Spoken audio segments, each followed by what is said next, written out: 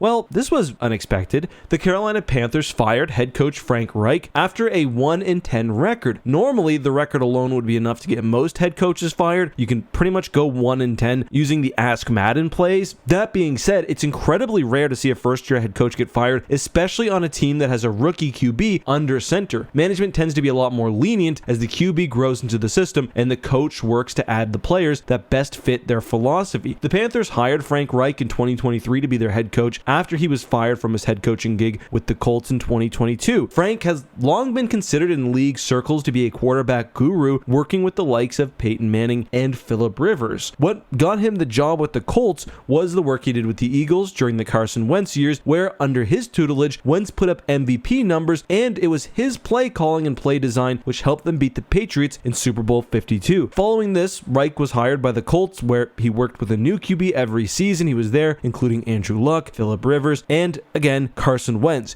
It was after the wheels fell off with the Wentz-led Colts that Reich found himself on the hot seat, and he was fired midway through the 2022 season. When he was hired with the Panthers, I wasn't surprised. As we mentioned, he seemed like the perfect fit for a young QB like Bryce Young to learn and grow, as Wentz and Luck did with Reich. What ultimately gave me pause, though, was that Frank insisted on continuing to call plays. This was a large part of what got him fired last time. Frank's offense with the Panthers was stale and unimaginative.